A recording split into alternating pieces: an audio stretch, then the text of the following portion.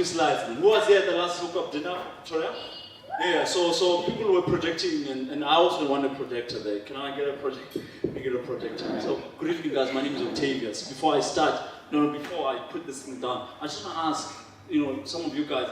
So you look at this glass. Is it half full or is it half empty? Both. Don't answer. Just look at it and answer yourself. Is it half full or half empty? Both.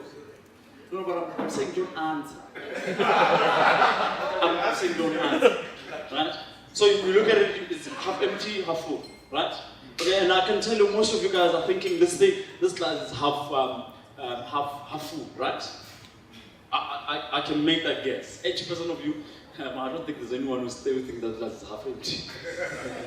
Because I think they're on the wrong side of that. But I'll come back to what that glass means. So I go home, and so my mother tells me, look, it took you so quick to arrive in Limpopo, in Polokwane, but and during our time, I had to leave Joburg if I'm coming to Polokwane with that slow train. I have to leave that side at 10 o'clock in the evening. I'm gonna get this side at 8 o'clock. But you called me at 9, and before 11 you said you're in Limpopo. Now, keep that in mind. We'll chat about what that means. So at home we used to own a shebeen. So my mother used to be a shebeen queen. She used to sell what's this beer? Chibuku. You guys know Chibuku? They're still selling it in Zimbabwe. On the package Chibuku. There's Chibuku. And I also used to make traditional beer. The pineapple, the watermelon beer. I know, Pakistan is probably thinking, oh, so you're working for SAB, that's why. Yeah, I used to make beer. I can still make beer, right? And what will happen? What would happen is she'll have people coming down to have a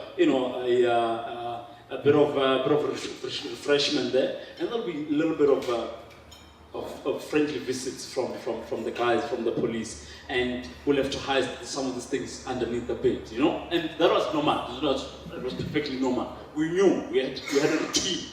We knew, okay, so when this happens, this is what you do. You go that corner, you get this thing, you sit down, then underneath there's that 2 liter of chibuku, and we were good. So it was a routine. We knew half of those things. But before then, there were a lot of things that were taking place. I mean, in Cape Town, I think. Oh, by the way, I'm 29. So some of the things that I said when Lebo said, you need to come and share with us the 20 years of entrepreneurship, that's a reflection. But I said, but this 20 years ago, my guy, I was like 10 years. I had no clue. I had no clue whatsoever. What is this whole entrepreneurship about? Never mind just the political landscape. Well, I did know that Chrizani was assassinated. That's all I knew. The rest of other things in between just flew over my head. By the way, I'm now just a head boy. So all I knew was get this cattle out, take them to the grazing land, bring them back, sit there. That was the routine. So, right. And at that time, when we were selling that chibuku, I think it kind of in retrospect dawned on me that look, there was that little bit of, if you want to call it, that survivalist type business attitude. And I think for most of you guys would understand, some of the parents, some of us grew up in families where we needed to make sure, or at least the parents needed to make sure that we've got food on the table. Whatever that meant, if it meant setting up on the corner street, if it meant setting up at a high school, I know I was selling smoothies. Who remembers the smoothies? I was buying them like 2 rands in town and selling them 20 cents, and then I make like an extra 20 cent profit. Yeah, I've got that shit, But that was the reality. But I think what you also realize is we come a long way, and I think we can't divorce the 20 years that we are reviewing from the other years that happened before. I mean, in the 16th century, you had the European guys trading with the Khoisan land between cattle and vegetables and whatnot. So they had a lot of barter trading. You had the Europeans as well in KZN, saying to the Zulu guys, look, go and cut our what do you call these things? sugar canes, and then they refused, and then they went to India and brought some guys in India, and then the Indians. This is why we know them today as having an ownership and interest in that industry there. But there was a lot of trading, but this trading was around something was anchored on segregation. So a number of guys couldn't do certain things. A lot of black guys couldn't get to the dinner table. I am at the dinner table today. So that's a little bit of a promise there. But it was along some of the segregation rules to say you can't get to the level of business activities that other counterparts are having. And there was plenty of laws that were passed to make sure that we don't get to compete at that level. And I think the booming of the mining industry was true to that, where all we were subjected to, and when I say we, as black people, subjected to was just being laborers, right? But I think what also is key to realize is that process entrenched a particular mindset, right? There was a lot of paradigm shift among black people. And I'll tell you how this then becomes very important for us to review the 20 years. Because of that history, when 1994 came, when the dawn of democracy came, we needed to then focus on the fundamentals first. We needed to focus on the basics first. If you look at the time where we came from, of how we couldn't be at the dinner table, well, if there was any dinner table, you're probably cleaning the dinner table. Yeah. Right? Yeah. So the basics were that, okay, fine. Fundamentally in 1994, how do you then get the basics right? So the basics included getting the proper housing, getting water, getting healthcare systems and whatnot, right? So the mentality and the view and the paradigm, or even the narrative at that point had nothing to do with entrepreneurship. So black people at that time, the idea wasn't, okay, so I'm gonna start a business and I'm gonna grow it and I'm gonna list it in London Stock Exchange and I'm gonna sell it and then I'm gonna have 10% stake and continue to be a chairman for the next coming 10, 20 years or 30 years or so, and for my kids to come back. So that was never there, because we fundamentally, the mind was around, how do I get the basics right? How do I get the food on the table? And that was the generation that was coming in. So it's very important when you bear that in mind, you then realize, as you then reflect on the 20 years we've got now, those are some of the important issues that you've got to bear in mind. Now, with the work that has happened in the past 20 years, well, from when I was 10 years, whether government or private sector or society, a lot of focus was built on getting the institutional capacity, getting infrastructure, but also getting the policy right. And I think you'd agree with me, getting the policy right involved a number of lobbying, a number of guys. And I think in 1993 or 1994, there was a sitting, I think there was a group of black managers sat and said, look, but we've got to get black guys also to the table to discuss the economic landscape of this country and possibly balance or even reverse the imbalances of the past. So how do we do that? And that's where you saw a little bit of BEE starting to come in. But it was in 1994 where small businesses converged in Durban. I think it was in March, sometime in March, where they said, okay, fine, we know there's freedom in the country, but what does that mean for us as small businesses? And that's when Nelson Mandela, former president, went there and told the guys almost the same thing that we are told now every day, to say, look, you guys are the job creators, you guys are the anchor of any economy. Yeah, we know, in 20 years, and the speech is actually even there. You can go and look at it. So we're looking forward to next year, we'll be celebrating 20 years of SME development. But what that meant is, it almost put the SME development, and please note, I'm not mentioning anything to do with entrepreneurship. I'm saying SME development. I'll tell you my concept of how the two differ and how the two interrelate. To say, how do we then position this guys? What kind of support, infrastructural support, do we put down as government to enable a thriving environment for some of these guys? So that happened, but also in 1987 it came back and said, but actually let's take stock of what has happened. We realized, I think they had already launched the Nzika. I don't know if the guys know Nzika. I think before CEDA, it was called Nzika.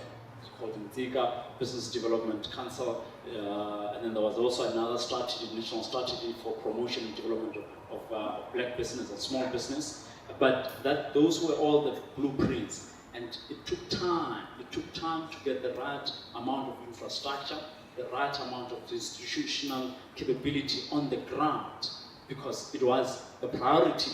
But a priority, you've got something that is urgent, important, but you've got something that's urgent, but it's not important. You've got something that's important, that's not urgent, right? So the fundamental basic rights, human rights, were very important and very urgent. But what we needed to do around SME development and entrepreneurship development and innovation as well, was that it was important. But at the time, compared to the other things, it wasn't urgent. So if you look at the amount of investment and the amount of focus, it begins to grow as you come closer to 2014. It begins to come to grow. So over the past few years, all that public sector has done is provided an enabling environment. If you want to argue that we still have laws that are very restrictive, and my issue is, look, you're still going to deal with those laws, whether you like it or not. Labor laws are not going to change, right? The labor laws are not going to change because they are reflective of where we come from as a country. You cannot compare ourselves with other European countries when it comes to labor laws. It is incumbent on us as startups and entrepreneurs to be creative, to work around or with those particular laws that have been set. So if you look back where we come from, even before 1994, you've got all these laws that have been passed as a result of what has happened before, and ours is to have a responsibility to say, look, so, do you say, look, employ anyone you want, there's no minimum wage, and then people are going to go and abuse it.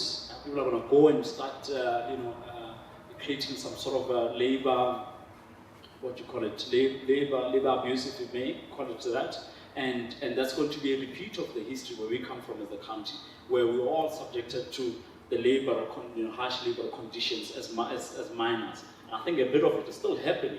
So public sector has come really to the fore, and I mean, other private have also played a little bit of a part from 1995 to today, or 1994, the 20 years, to kind of position SME development right there at the top of the agenda.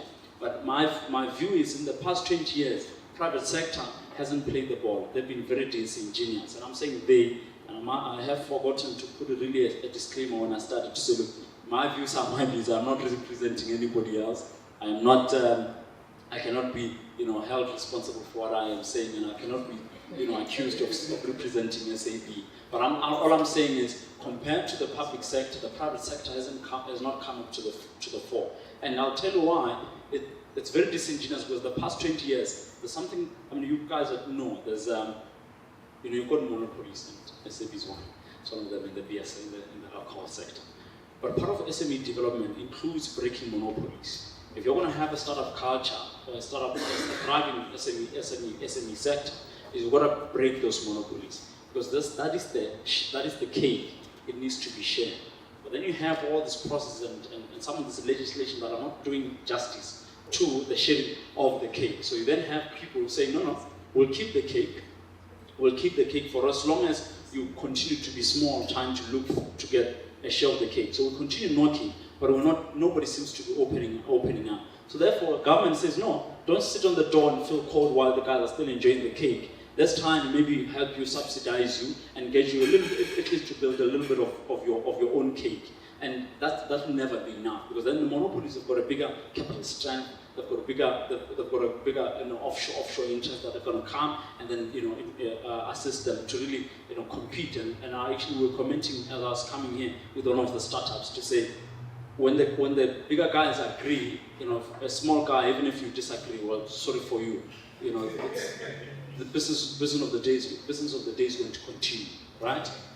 So before 1994, getting into 1994, we had biggest challenges, and some of those challenges were, look, is our psyche aligned to what we want to achieve as startups, or even as SMEs? So our psyche as a country, our narrative as a country, in our education, we're never even teaching kids at school that there's something called an entrepreneur. So all I knew was, look, I needed to be an accountant, and I failed this money to be an accountant. I did accounting, and I got closer to being an accountant, and I was like, but hang on, no, I can't go forward, because at home, I need to start looking after my family. I'm not going to be an accountant for the next coming many years. But I didn't know about entrepreneurship. Until I started mingling with other guys around here the past few years. I'm like, okay, actually it's cool to be an entrepreneur. Yeah, that sounds like a cool thing. So already in the psyche of young kids, through the education, through some of the institutions we've got on the ground, we're not changing that psyche. So it's still cool to be a DJ. Kids look up to DJs. Like, okay, I want to be like a DJ so and so. Okay, cool, no worries. Yeah, be a DJ. But I don't know if I want to have an economy dependent on DJs. I don't know. But we're more than happy to sponsor the festival. Okay, so that is irresponsible. That's the same thing. That's very irresponsible. But all I'm saying is, those are the key challenges that we've got, and we're only seeing some developments in the past 3, 4, 5 years where we're saying, let's then start working on the minds of some of the generation that was passed post 1994. So our fathers and brothers and our fathers and mothers have come from a different era where for theirs it was to look at the basics. Ours was to say, look, we've covered the baseline. So what else can we do now? I don't need to go and be a doctor. I can actually go and be a doctor, but come and start a business that uses the skill that I've been trained for. Does that make sense? Right? So, as opposed to being a practitioner forever, I could also come and build an institution that goes on to use and leverage the kind of skill that I have.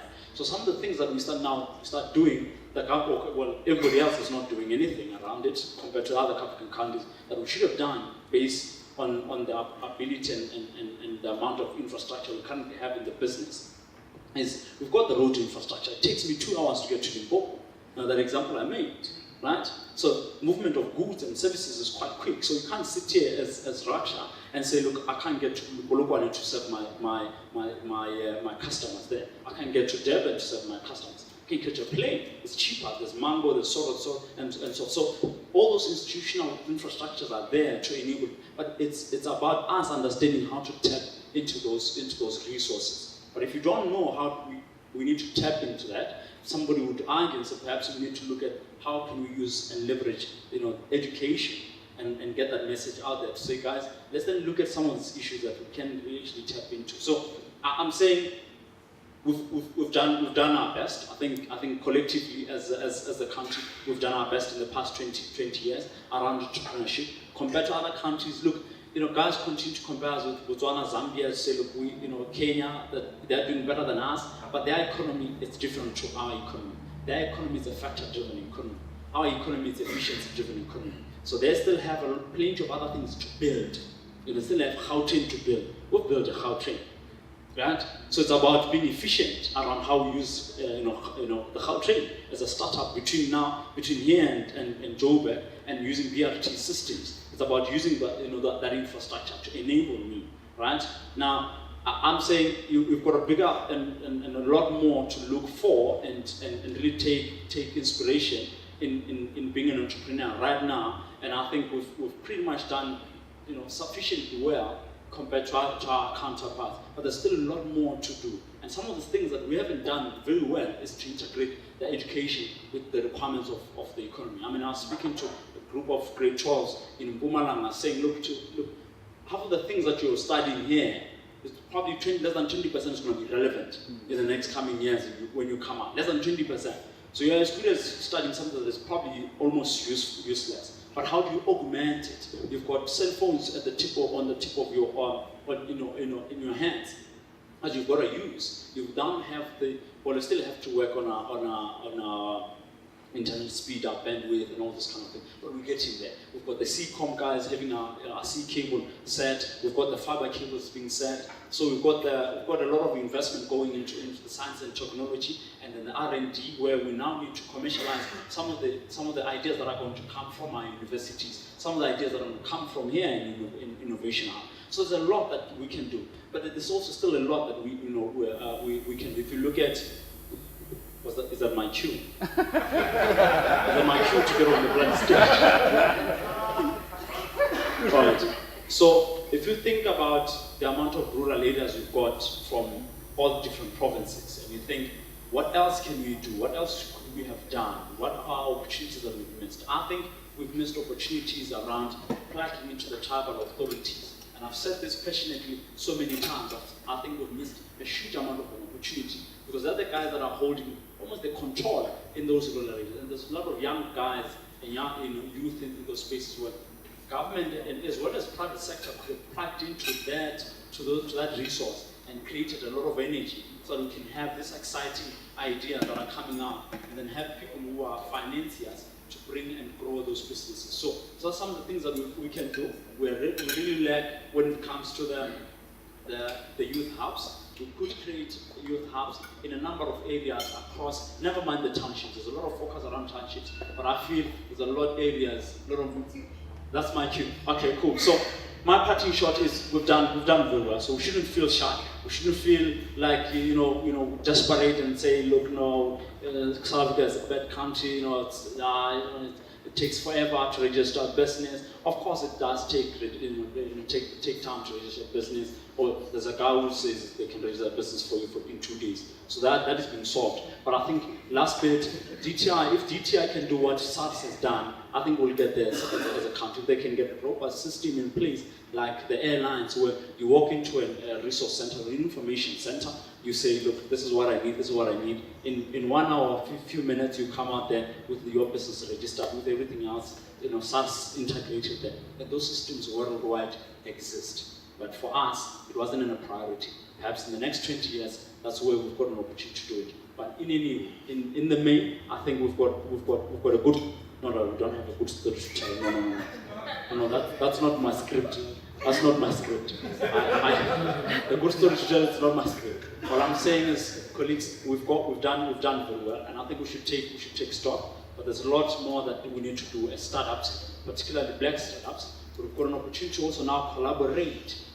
We've seen a huge amount of collaborations that are coming through with the hookup dinner. Now the whole concept of white, Indian, black, colored, and whatnot is beginning to almost manifest itself in a beautiful way. We are tapping into the amount of energy, resources, innovation that is coming from black people. Jewish guys are saying, no, we've got money, we've got some money. If you are a doctor and you want to have that business, whatever, let me fund it, let me take 20% stake in that business, and let's see how that goes. And maybe that's us building a new type of South Africa, where the startups are going to hold the growth and the energy of the country. So I think we shouldn't worry ourselves, we shouldn't stress too much, guys. 20 years in entrepreneurship, we've done fairly all right. But the next 20 years, that's going to be the biggest test, because in the next 20 years, most of you guys will probably be 50, 52, 60. So we'll check. All right. Thanks, guys.